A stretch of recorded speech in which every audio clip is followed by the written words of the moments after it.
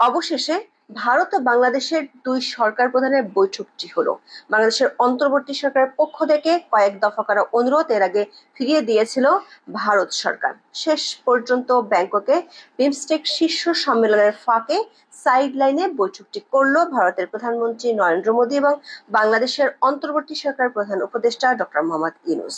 বৈঠক শেষে দুই দেশের পক্ষ থেকে নিজ নিজ দেশের গণমাধ্যমের কাছে মন্তব্য করেছেন সংশ্লিষ্টরা। সে বক্তব্যের প্রেক্ষিতে দুই দেশের সংবাদ মাধ্যমগুলোতে যে খবর প্রকাশিত হয়েছে সেগুলোর সারমর্ম হলো নরেন্দ্র মোদী ডক্টর ইউনূসকে সম্পর্ক খারাপ করে এমন অপ্রয়োজনীয় বক্তব্য দিতে না করেছেন। সংখ্যালঘুদের উপর নির্যাতন, সীমান্তে নিরাপত্তা এবং বাংলাদেশে অবাধ ও অন্তর্ভুক্তিমূলক নির্বাচন নিয়ে কথা বলেছেন। অন্যদিকে বাংলাদেশের পক্ষ থেকে ডক্টর মোহাম্মদ ইউনূস শেখ হাসিনার প্রত্যর্পণ ও সীমান্ত সমস্যা সহ নানা ইস্যু বৈঠকে তুলে ধরেছেন। প্রশ্ন হলো, ভারতের পক্ষ থেকে অন্তর্ভুক্তিমূলক নির্বাচনের কথা বলে কি বার্তা দেওয়া হলো? আবার কূটনৈতিক অনেক জল্পনা কল্পনা কাটিয়ে শেষ পর্যন্ত কেন বৈঠকটি হলো এবং বৈঠকের আলোচনার পর ভারত ও বাংলাদেশের মধ্যে কার কি লাভ হলো? চলুন যাওয়া যাক বিশ্লেষণে। গত কয়েকদিন ধরে প্রতিবেশী দুই দেশ ভারত ও বাংলাদেশের শীর্ষ নেতার বৈঠক নিয়ে বাংলাদেশ এবং ভারতের গণমাধ্যমে বেশ আলোচনা ছিল। বিমস্টেক সম্মেলনের সাইড লাইনে দুই শীর্ষ নেতার মধ্যে দ্বিপাক্ষিক বৈঠক করার জন্য বাংলাদেশের পক্ষ থেকে আগ্রহ প্রকাশ করে চিঠি দেওয়ার কথা জানিয়েছিলেন ঢাকায় কর্মকর্তারা। বাংলাদেশের গণমাধ্যমে এ সংক্রান্ত খবর প্রকাশ হলেও ভারতীয় কর্মকর্তারা নিশ্চিত করেননি বিষয়টি। ফলে শেষ মুহূর্ত পর্যন্ত এক ধরনের অনিশ্চয়তা ছিল বৈঠকটি নিয়ে। এমনকি থাইল্যান্ডে গিয়ে ভারতের প্রধানমন্ত্রী নরেন্দ্র মোদী তার পার্সোনাল এক্স হ্যান্ডেলে একটি পোস্ট করেন।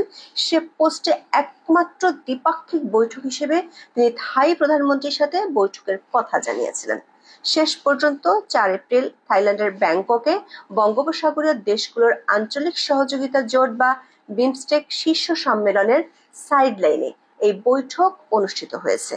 বরফ গলানো কূটনীতির কৌশল হিসেবে ডক্টর মোহাম্মদ ইউনূস নরেন্দ্র মোদীকে গিফট করেন অতীত স্মৃতির ছবি, যেখানে নরেন্দ্র মোদী ডক্টর ইউনূসকে গোল্ড মেডেল পরিয়ে দিচ্ছিলেন। শেখ হাসিনা সরকারের পতনের পর এবং ডক্টর মোহাম্মদ ইউনূস দায়িত্ব নেওয়ার পর দুই দেশের সরকার প্রধানের এটি প্রথম বৈঠক। ভারতীয় সংবাদ মাধ্যম দ্য হিন্দু বলছে, নরেন্দ্র মোদী ও ডক্টর ইউনূসের মধ্যে বৈঠকটি ছিল 40 মিনিটের। প্রশ্ন হলো, হবে না করেও কেন বৈঠকটি হলো? সূত্রগুলো বলছে, ইন্দো প্যাসিফিক অঞ্চলে প্রভাবশালী একটি বিদেশি দেশের মিশনের মধ্যস্থতায় শেষ পর্যন্ত বৈঠকটি হয়েছে। ওই বিদেশি মিশনের কর্তা ব্যক্তিরা বেশ কিছুদিন ধরে মিয়ানমার ইস্যু এবং আরাকানে নতুন স্টেট গঠন ও দক্ষিণ এশিয়ার আঞ্চলিক রাজনীতি নিয়ে কাজ করছে। তাদের জন্য ভারত ও বাংলাদেশ সরকারের মধ্যকার সুসম্পর্ক খুব গুরুত্বপূর্ণ। বিমস্টেক সম্মেলনে ভারতীয় প্রধানমন্ত্রী কার কার সাথে বৈঠক করবেন সে সম্পর্কে ভারতীয় পররাষ্ট্র মন্ত্রণালয় 28 মার্চ বিস্তারিত জানিয়েছিল। সেই সূচিতে ডক্টর ইউনূসের সাথে মোদীর বৈঠকের সম্পর্কে কিছু উল্লেখ না থাকার পরও ওই মিশনের কর্মকর্তারা সক্রিয় হন। ওই বিদেশি মিশনও বাংলাদেশে একটি ইনক্লুসিভ নির্বাচন চায়, যা নরেন্দ্র মোদী ও ডক্টর ইউনূসকে জানিয়েছেন। দর্শক, বৈঠক শেষে ভারতীয় সংবাদ মাধ্যমকে ব্রিফ করেছেন দেশটির পররাষ্ট্র সচিব বিক্রম মিশ্রি, আর বাংলাদেশের সংবাদ মাধ্যমগুলোর কাছে মন্তব্য করেছেন ডক্টর ইউনূসের প্রেস সচিব শফিকুল আলম।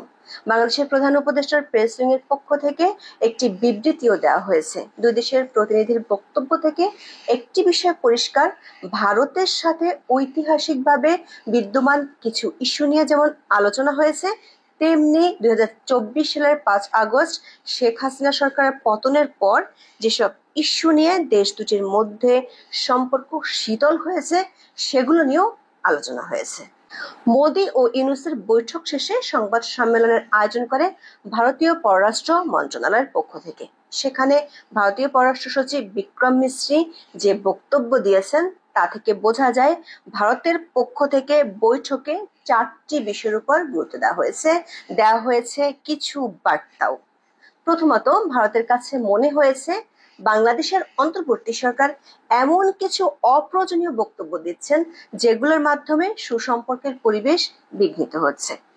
ভারতের প্রধানমন্ত্রী নরেন্দ্র মোদী পরিবেশ বিঘ্নিত করে এমন বক্তব্য না দিতে বলেছেন বাংলাদেশের অন্তর্বর্তী সরকারের প্রধান উপদেষ্টা ডক্টর মোহাম্মদ ইউনূসকে। দর্শক, এই কথাটি ভারতের পররাষ্ট্র সচিব বিক্রম মিশ্রি সংবাদ সম্মেলনে আনুষ্ঠানিকভাবে বলেছেন। কেন বলেছেন? ভারতীয় সংবাদ মাধ্যম ইন্ডিয়া টুডের খবরে বলা হয়েছে, ভারতের উত্তর পূর্বাঞ্চলে প্রভাব বিস্তারের জন্য ডক্টর মোহাম্মদ ইউনূস চীনকে আমন্ত্রণ জানানোর প্রেক্ষাপটে নরেন্দ্র মোদীর এই মন্তব্য এসেছে। এই মন্তব্যের তীব্র নিন্দা করেছে ভারত। ডক্টর ইউনূসের উপদেষ্টা পরিষদের একাধিক সদস্য এর আগে ভারত বিরোধী মন্তব্য করেছিলেন। সবশেষ চীন সফরে ডক্টর ইউনূস ভারতের সেভেন সিস্টার্স নিয়ে যে মন্তব্য করেছেন তাতে তেতে উঠে দুই দেশের সম্পর্ক। বাংলাদেশের প্রধান উপদেষ্টা মোহাম্মদ ইউনূস চীন সফরে দাবি করেছিলেন, বাংলাদেশ এ অঞ্চলের মধ্যে বঙ্গোপসাগরের একমাত্র অভিভাবক। চীনের সীমান্তবর্তী ভারতের উত্তর পূর্ব অংশ স্থলবেষ্টিত তথা ল্যান্ডলকড। তিনি বেইজিংকে আহ্বান জানিয়েছিলেন বাংলাদেশকে চীনের অর্থনীতির একটি এক্সটেনশন হিসেবে গড়ে তুলতে, যেখানে বাংলাদেশের চীন বৈশ্বিক বাজারের জন্য পণ্য উৎপাদন ও বিপণন করবে। ডক্টর ইউনূসের এই বক্তব্য নিয়ে ভারতের অভ্যন্তরীণ রাজনীতিতে বেশ শোরগোল পড়ে যায়। প্রথমে ভারতের পররাষ্ট্রমন্ত্রী জয়শঙ্কর এবং পরে দেশটির প্রধানমন্ত্রী এ নিয়ে বক্তব্য দেন। তারা বলেছেন, ভারতের উত্তর পূর্বাঞ্চল আন্তঃআঞ্চলিক গোষ্ঠী বা বিমস্টেকের কেন্দ্রবিন্দুতে অবস্থিত, যা এই অঞ্চলে উত্তর পূর্বাঞ্চলের রাজ্যগুলোর প্রাধান্যকেই তুলে ধরে। মোদী ও ইউনূসের বৈঠকে ভারতের পক্ষ থেকে তুলে ধরা দ্বিতীয় ইস্যুটি হলো বাংলাদেশের সংখ্যালঘু, বিশেষ করে হিন্দুদের উপর নির্যাতন। এ ধরনের ঘটনায় ডক্টর ইউনূসের কাছে উদ্বেগ জানিয়েছেন নরেন্দ্র মোদী। ৩রা এপ্রিল ভারতের কেন্দ্রীয় সরকার দেশটির সংসদে জানিয়েছেন, ২০২৪ সালের ৫ই আগস্ট থেকে ২৩ মার্চ পর্যন্ত বাংলাদেশে ২,৪০০টিরও বেশি সংখ্যালঘু সম্পর্কিত ঘটনার খবর পাওয়া গেছে। মোদী ইউনূস বৈঠক শেষে ভারতের পররাষ্ট্র সচিব বিক্রম মিশ্রি সংবাদ সম্মেলনে বলেছেন, বৈঠকে ভারতের প্রধানমন্ত্রী আশা করেছেন যে প্রতিবেশী দেশ এই মামলাগুলো পুঙ্খানুপুঙ্খভাবে তদন্ত করবে এবং এগুলোর কোনোটিকে রাজনৈতিকভাবে অনুপ্রাণিত হিসেবে ন্যায্যতা না দিয়ে সমস্ত অপরাধীদের বিচারের আওতায় আনবে। ভারতের প্রধানমন্ত্রী নরেন্দ্র মোদী বৈঠক সম্পর্কে তার এক্স হ্যান্ডেলে যে টুইট করেছেন সেখানেও বিষয়টি তুলে ধরেছেন। দুই দেশের পক্ষ থেকে সীমান্ত সমস্যার বিষয়টি তুলে ধরা হয়েছে। ভারতের পক্ষ থেকে সীমান্তে অবৈধ অনুপ্রবেশ এবং বাংলাদেশের পক্ষ থেকে সীমান্ত হত্যার বিষয়টি নিয়ে উদ্বেগ জানানো হয়। ভারতের প্রধানমন্ত্রী অবৈধভাবে সীমান্ত অতিক্রম রোধে আইনের কঠোর প্রয়োগের গুরুত্বের উপর জোর দেন। ভারতের পক্ষ থেকে জানানো হয়েছে, নির্বাচনের মাধ্যমে বাংলাদেশে অন্তর্ভুক্তিমূলক গণতান্ত্রিক ব্যবস্থা দেখতে চায় দেশটি। বাংলাদেশের নির্বাচন নিয়ে বৈঠকে কোনো আলোচনা হয়েছে কিনা জানতে চাইলে ভারতের পররাষ্ট্র সচিব বলেছেন, যে কোনো গণতন্ত্রের নিয়মিত ও অন্তর্ভুক্তিমূলক নির্বাচন একটি গুরুত্বপূর্ণ অংশ। ডক্টর ইউনূসের কাছে নরেন্দ্র মোদী এ বিষয়ে নিজের দর্শন তুলে ধরেছেন। সেই সঙ্গে সামনের দিনে একটি গণতান্ত্রিক, অন্তর্ভুক্তিমূলক ও স্থিতিশীল বাংলাদেশ দেখবেন বলে আশা প্রকাশ করেছেন নরেন্দ্র মোদী। দৈনিক সমকালের খবরে বলা হয়েছে, ডক্টর ইউনূস আগামী ডিসেম্বর থেকে জুনের মধ্যে নির্বাচন অনুষ্ঠানের কথা বলেছেন। বিশ্লেষকরা বলছেন, অন্তর্ভুক্তিমূলক নির্বাচনের কথা বলে ভারত মূলত ডক্টর ইউনূসকে অন্য বার্তাই দিল। বাংলাদেশে কিছুদিন ধরে আওয়ামী লীগকে নিষিদ্ধ করার দাবি তুলেছিল সরকার সমর্থকেরা। আন্তর্জাতিক বেশ কিছু সংস্থা ও দেশ এরই মধ্যে সরকারকে কোনো রাজনৈতিক দলকে নিষিদ্ধ করা থেকে বিরত থাকতে বলেছে। সবশেষ ভারত অন্তর্ভুক্তিমূলক নির্বাচনের কথা বলে একই বক্তব্য তুলে ধরল। ফলে আগামী নির্বাচনের আগে কিভাবে আওয়ামী লীগকে রাজনীতির সুযোগ দিবে সেটি এখন ইউনূস সরকারকে ভাবতে হবে।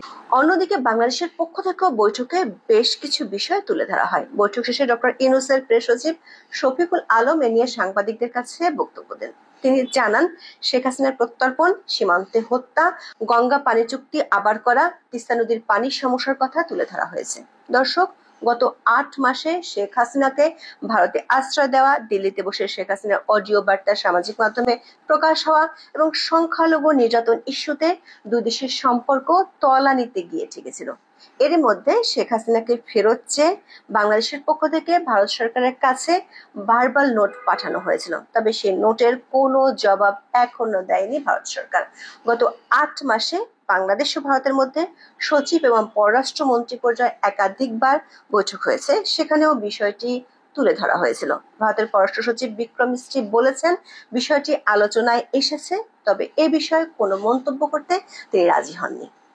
দর্শক, খেয়াল করে দেখুন, নরেন্দ্র মোদী ও ডক্টর ইউনূসের মধ্যকার বৈঠকে যেসব ইস্যু নিয়ে আলোচনা হয়েছে তার বেশিরভাগই ভারত ও বাংলাদেশের মধ্যে বিদ্যমান দীর্ঘদিনের সমস্যা, যেমন সীমান্ত সমস্যা ও পানি বন্টন সমস্যার কথা বলা যায়। কিন্তু 3টি ইস্যু আছে যেগুলো একেবারে সাম্প্রতিক বা আরো স্পষ্ট করে বললে বলা যায় ডক্টর ইউনূস দায়িত্ব নেওয়ার পর থেকে এই ইস্যুগুলো দেখা দিয়েছে, এবং সবচেয়ে গুরুত্বপূর্ণ বিষয় হলো এই ইস্যুগুলো দুই দেশের অভ্যন্তরীণ রাজনীতিতে বেশ শোরগোল ফেলে দিয়েছে। একটি হলো শেখ হাসিনা ইস্যু, দ্বিতীয়টি হলো সংখ্যালঘু নির্যাতন এবং সবশেষটি হলো ভারত বিরোধী বক্তব্য, যেটিকে ভারত বলছে সম্পর্ক খারাপ করার জন্য দায়ী এমন। মজার বিষয় হলো এই 3টি ইস্যু নিয়ে ভারত ও বাংলাদেশের কর্তৃপক্ষ পরিষ্কার করে এসব অভিযোগ সম্পর্কে কিছুই বলেনি। তবে বিশেষজ্ঞরা মনে করছেন ভারত বাংলাদেশ সম্পর্কের ভবিষ্যৎ নির্ধারণে মোদি ইউনূসের এই বৈঠক একটি বড় পদক্ষেপ হতে পারে। তবে বাংলাদেশ সরকার অবস্থান এবং ভারতের পরবর্তী কূটনৈতিক পদক্ষেপে ঠিক করবে এই বৈঠকের দীর্ঘমেয়াদী প্রভাব কতটা হবে। আজ এ পর্যন্ত। সবাই ভালো থাকুন, সুস্থ থাকুন, নিরাপদে থাকুন। দেখা হবে আগামী পর্বে।